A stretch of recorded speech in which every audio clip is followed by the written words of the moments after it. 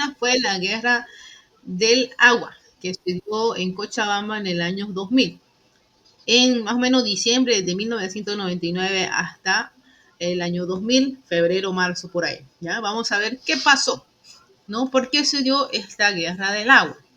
Esas son imágenes reales de ese acontecimiento. ¿Ya? Vamos a ver, antecedentes. ¿Qué pasó?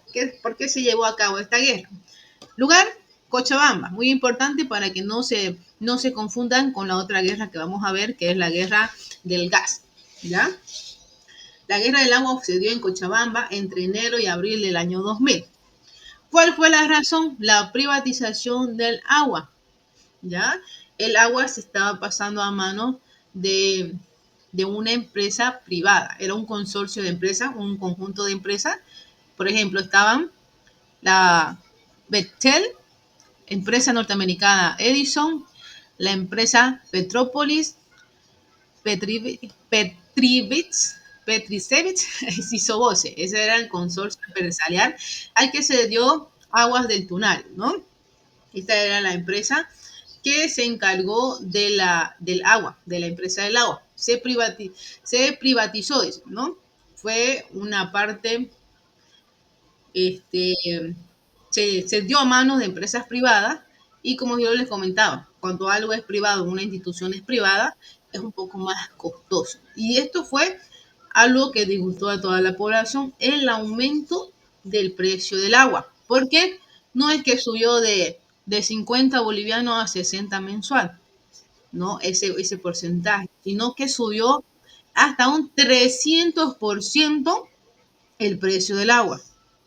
O sea, una infinidad, ¿no? Porque habían unas mejoras que estaban realizando o habían, este, tendrían muchas cosas que realizar esta empresa, por ejemplo, la construcción de un viaducto para que pase el agua de la empresa hacia otro lugar, querían hacer eso, pagar cosas que debían también la institución pública de que estaba a cargo antes, y todas estas mejoras, si la querían rápida, ¿no? Tenían que cobrar más rápido.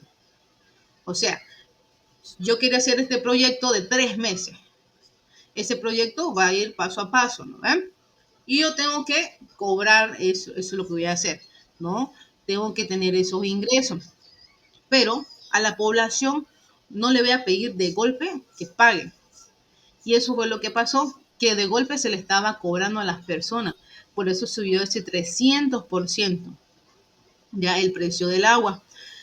Eso fue uno de los motivos por los que se dio esta guerra del agua. Después de esto hubieron muchos enfrentamientos, hubo un fallecido, 121 heridos, como pueden ver ahí ustedes, y 172 personas encarceladas. Esto como antecedente. Vamos a ver. Inicio del problema. Cochabamba desde décadas ha acarreado problemas de escasez del agua, porque no en todas partes de Cochabamba llegaba el agua. Algunos todavía hasta agua de noria sacaban. Y si se tenían el acceso a agua, el acceso al agua en su vivienda, iba a ser escasa porque se cortaba cada rato o no llegaba o la presión era muy baja. Así que había mucha escasez. Y la mala gestión del agua. La sobrepoblación ha ocasionado un incremento de la demanda del agua para uso doméstico. En parte como del lado del campo iba a la ciudad o de la ciudad se viene del lado del campo, ¿no? Hay también una sobrepoblación y la demanda del agua también va a ser más, va a ser mayor. Y en partes donde un sector es muy seco es muy difícil que llegue el agua. Y es que en determinadas temporadas generan carencia del agua.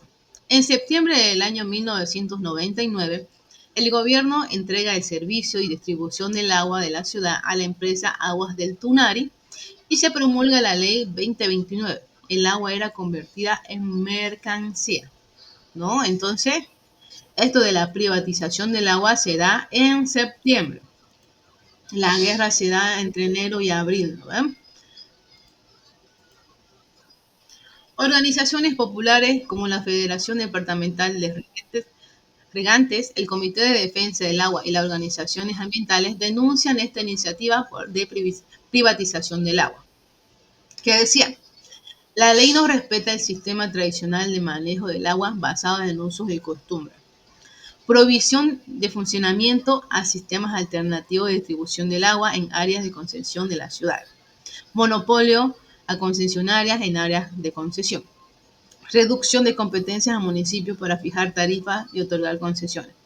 Concentración de poder en la superintendencia de agua. No participación ciudadana en la fijación de las tarifas, porque directamente la empresa le llegaba su facturita y decía cuánto tenían que pagar. Y si no pagaban, se les cortaba. Y es algo también que enfureció a la población, este comentario que hizo un, un empresario de Aguas del Tunari. Aplicación del principio de Full Cost Recovery, recuperación total de costos en la fijación de tarifa. Esto de aquí, recuperación total de costo, fue lo que se dio por el aumento de la factura, ¿no? Ellos querían recuperar todo lo gastado en lo que estaban implementando, todo lo que iban a hacer. Aumento de tarifa, los puntos importantes. Cláusula contractual y pago de deuda. Aguas de Tunari acordó pagar 30 millones de dólares de la deuda acumulada por CEMAP. Se comprometió a financiar una extensión del sistema de agua y a comenzar un programa de mantenimiento del sistema existente. Programa de mantenimiento y aumento de tarifas. Dicker King, director del consorcio, mencionó la necesidad de aumentar la tarifa del agua para implementar el programa en tiempos más cortos. Todo esto es lo que ellos querían hacer. Si querían realizarlo en menos tiempo, en un mes, póngale, y el proyecto era en 6 meses, si querían hacerlo rápido, bueno, el costo el precio del agua tiene que subir.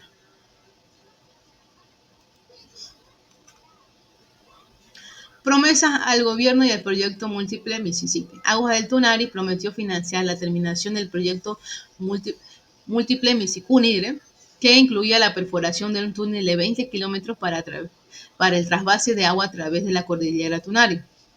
El proyecto también tenía como objetivo proporcionar agua potable, riego a Cochabamba y generar energía eléctrica, ¿no? Iban a realizar una presa. El Banco Mundial juzgó el proyecto como poco rentable y el consorcio no tenía intereses en la construcción de la presa. Y hubo oposición de Manfred Reyes Villa, el alcalde de Cochabamba. El impacto sobre el aumento de la tarifa, ¿no? Las personas no se quedaron calladas. No es que llegó la tarifa del agua alta y ellos bien pagaron. No, porque muchas de las personas no ganaban mucho dinero para poder costear también el servicio del agua. Pueden ver ahí ustedes que en ese entonces una persona podía ganar hasta $100 por mes, ¿no? Y esos $100 se tenía que repartir: luz, agua, comida, colegio, vestimenta, transporte, ¿no? Y este aumento de unos casi 350% fue muy considerable. ¿Por qué? Porque las personas, si querían tener agua en su casa, tenían que dejar muchas cosas. Ellos no iban a dejar o sacar a su hijo de las escuelas o ya no llevarlos a los hospitales para poder pagar el agua, ¿no? Como fue un precio muy excesivo, fue algo que no le gustó a ellos también. Un encargado del consorcio, que es el señor Jeffrey Thorpe, voy a ponerlo con rojo, advirtió que si la gente no pagaba sus cuentas de agua, se les cortaría el servicio. Esto causó rechazo entre las familias, ya que el servicio era escaso y regulado por horarios y zonas. No es que como ahora nosotros podemos ir a abrir el grifo y sale agua a cada rato, ¿no?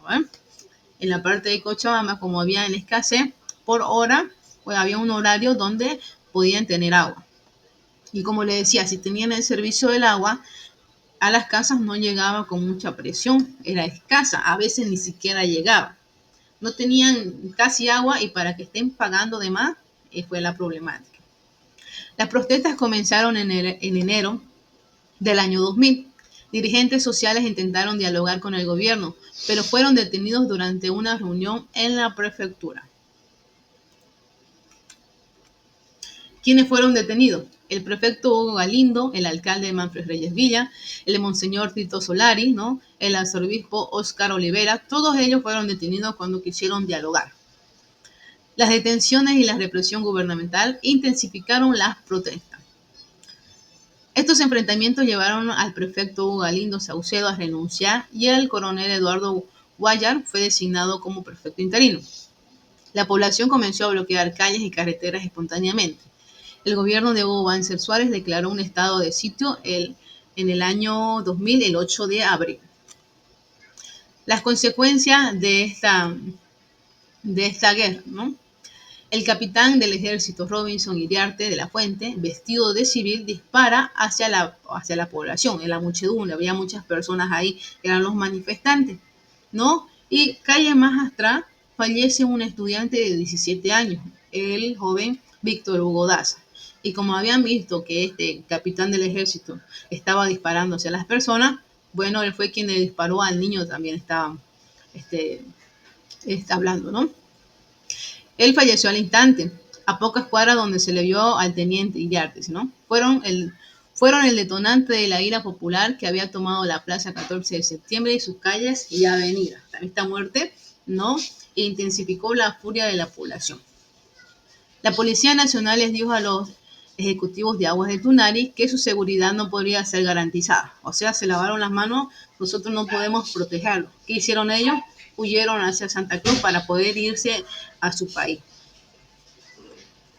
Óscar Olivera, líder de la coordinadora de aguas, firma un acuerdo con el gobierno que garantiza el retiro de aguas del Tunari y que permitía la normalización del servicio de agua potable en Cochabamba. Liberar a los detenidos, ¿no? Y la ley 2029 fue derogada. Y la compañía Bechtel demandó a Bolivia con 40 millones de dólares, porque no fue que ellos se salieron y dejaron todo, ¿no? No fue que ellos no hicieron su trabajo, es lo que decían, no se salieron solitos, no fue porque ellos quisieron, no huyeron por los problemas, los conflictos que estaban ocurriendo. Además, ellos estaban pagando, iban a hacer varios proyectos, aparte de pagar una deuda que Cochabamba tenía. Eso tenía el acuerdo. No por eso ellos contrademandaron a Bolivia, pero quedó en nada. ¿Ya? Y así que el costo del agua se redujo a un precio normal. Bien, todo esto fue lo que sucedió en la guerra del agua en Cochabamba. Pueden ver, estas fueron algunas de las imágenes de ese tiempo.